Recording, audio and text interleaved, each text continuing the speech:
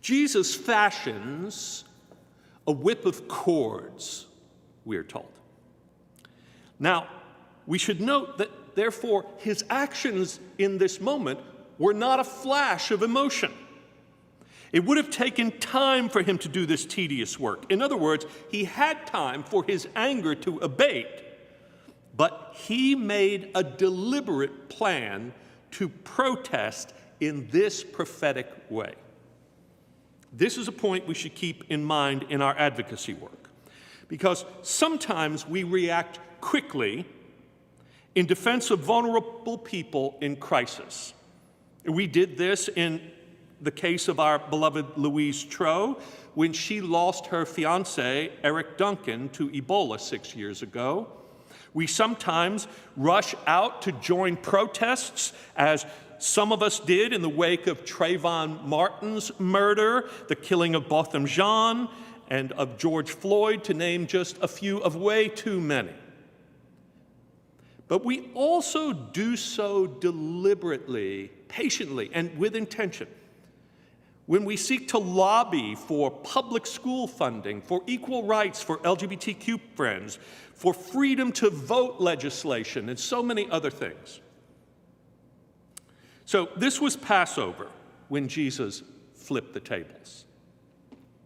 Passover commemorates God's deliverance of the children of Israel from the time of their economic exploitation, their slavery to Pharaoh.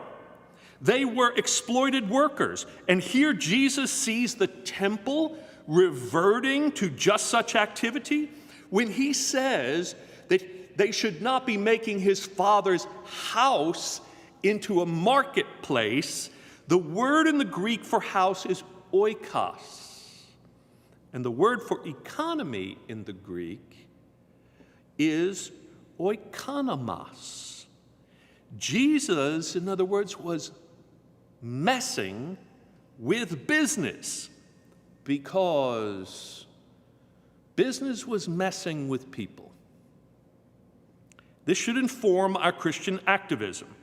Business isn't off limits to faith-motivated advocates. There's a place for disrupting systems of economic oppression, like predatory payday and auto title lenders who exploit the poor and should be held accountable for their greed. But this gets deeper into Jesus' point, I think, about the primacy of persons. Destroy this temple, and I will raise it in 3 days, he says. He was referring to the locus of God's presence being in him, the temple of his own body. He is talking about his death and resurrection. And the disciples didn't fully understand what he was saying until after the resurrection. Jesus shifted the focus of true religion from ritual observance and spatial location to the human person. The way we remember today what he said that day is to keep our focus there. Our buildings must not become places to manage people's relationship to God.